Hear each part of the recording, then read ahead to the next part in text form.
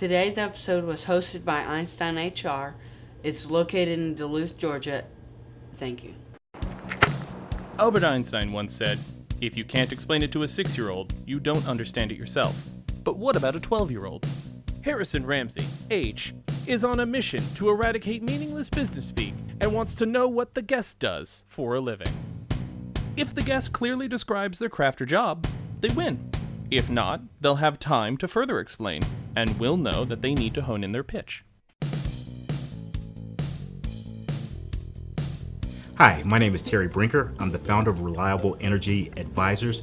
Basically, I'm a consultant that helps energy companies such as Duke or Southern to avoid fines and penalties that may be facing them from regulators. I help them build their compliance programs, button up their compliance programs so that they can face regulations without the fear of having these $1,000,000 fines that may be facing them. I'm really excited about facing the H today because I really want to hear his point and explain my business to him and see how I can improve my pitch and get better as a business owner. I'm Harrison Ramsay. Hi, nice to meet you, Harrison. Good to meet you. What's your name? My name is Terry Brinker. Okay. What do you do? Well, I'm the founder of Reliable Energy Advisors. Basically, I'm a consultant for energy companies such What's as... a consultant? Well, consultant is a person who advises or gives advice and counsels people. In this case, I counsel companies. And I advise energy companies such as Duke, Southern Company, First Solar. Basically, I advise them on how to better enhance their compliance program or help them build their compliance program, which is a way of making sure that, maybe I should back up. Regulators regulate businesses. And for the utility industry, like Southern or Duke, they have rules and regulations that are put in place by these regulators. And if they don't follow them, they can get fined $1,000,000 a day in some instances per violation. So what I add is... So you are a financial advisor, correct? No, I'm an energy consultant. Energy consultant. So I give advice to energy companies to help them avoid fines and penalties, but I do it by helping them make sure they understand the rules and regulations and make sure that their program is set up so that they can be compliant with those rules and regulations. For example, let's say you get an allowance from your parents to make sure your room is clean, but you struggle with that. And so you keep finding yourself, you don't get that, your allowance. And then on top of that, they get so frustrated that they say, you know what, we're taking your cell phone from you. Well, you might want to hire an advisor or a consultant to say, hey, I'm having trouble. Can you help me make sure that my room is clean and give me some strategies so I don't get fined by my parents and get in trouble? I do that with energy companies, and they bring me in and I help them to make sure their program is set up so they understand the expectations and make sure that they are compliant, and so they don't get any fines and penalties. Because like I said, some of these penalties can be $1,000,000 per day per violation. So they can get up there. I've seen companies get fined $25 million, $12 million. So they can really be cost prohibitive. So do you go to the companies or do the companies go to you? Well, I go to the companies. So I was in North Carolina earlier this week. I was in Arizona last week. So usually I go to the companies and sit down and understand what they have, what they don't have. But then a lot of times I can go home and help them build their programs from home. So I work primarily from home, but a lot of times I am on the road talking with the clients. And that's what I really enjoy, the face-to-face time with the clients. Do you contact the companies, like if they get fined, or do they contact you? Well, a lot of times the companies will contact me before they get fined because they know they have some weaknesses or they think they're in trouble. For example, what happens is they get audited.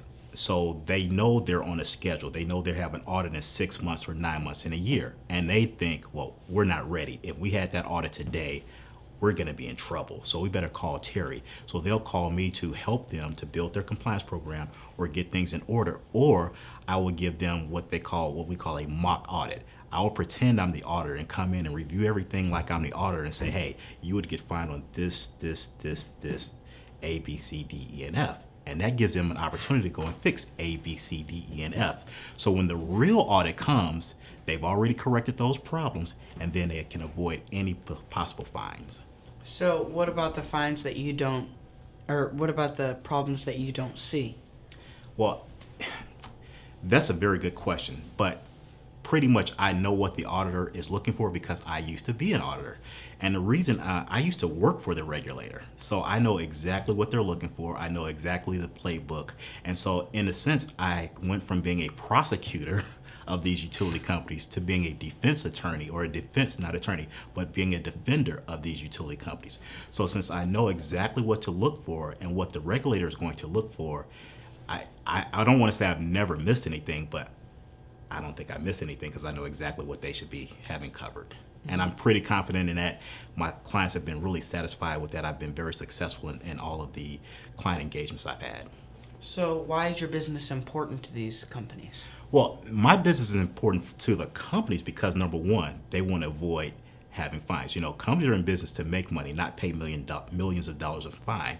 But also, I provide a service because when I can show them how they can better adhere to the rules and regulation, it makes the power grid safer as well, because these rules are in place really to protect the power grid, to make sure we don't have these large-scale blackouts. You may be too young to know, but like in 2003, there was a major blackout from New York all the way to Ohio. In 2011, it was another major blackout from California all the way to Mexico. And so if you can follow these rules and regulations, it is meant and designed so that if you follow these rules and regulations, you will avoid these large-scale blackouts. So I have a twofold service. I help these companies become compliant and avoid penalties and fines, but I also help their business better so that they're safer and being a better operator of the power grid, and that your lights stay on and you don't have Nintendo or PlayStation interrupted unnecessarily. So do you like being an auditor, or do you like doing what you do now more? I like doing what I do now because when I was with the regulator, and I was with the regulator for 5 years, I was considered the bad guy. When I show up, people are afraid because they think they're going to get fined just because I showed up. But now I'm the good guy. So usually I get a call and people are like, please, Terry, help us. We think we may be in trouble. Can you help us out? And I come in and now I'm the good guy. And that's just a much better feeling, being a good guy and helping someone be successful instead of being viewed as the bad guy. He's here just to penalize us and hurt us. But you're the good guy for your company. I'm the good guy for their company. I'm the good guy for their company because I'm going to help them avoid those fines and penalties, and I'm also going to help them operate the grid better. But when you're an auditor, you were a good guy for your company. I was a good guy for my company, and I was a good guy for the better of the grid, but I was perceived as a bad guy by all these companies out there. So there are like 1,300 utility companies across the country, and they literally don't want me to show up because they think only bad things happen, because they know they have flaws and gaps in their business. Well, I appreciate speaking with you. This has been a pleasure, H. Thank you. I really appreciate it. I think if he kept going on where he was, I would have stayed with him, but he backed up and he just kind of went back to something we hadn't talked about yet, and I think his job was interesting. I do think it is very good and important for a lot of different people, such as me, you, because as he spoke of the blackout, that probably affected quite a few people. I was curious to learn about which job he did more, which job he appreciated more, and I think he gave a great description of, I like being the good guy instead of the bad guy. I think he did a very good job. I just wanted to put a little more like, intimidation behind him. See if he would continue going. He did a good job, yes. I don't know why I said financial advisor. That was completely wrong. Thank you, Terry Brinker, for coming on the show. My expectations were to meet the man, the myth, the legend that is H, and just see if I can explain my business in a way that he could comprehend. And I think it went pretty well. Well, my expectations going in was that I would try to inform a 12-year-old of how my business operates, and to see if I need to, improve that pitch. And I think I've met my expectations, although I definitely need to tweak them a little bit, but I really think he understood my business.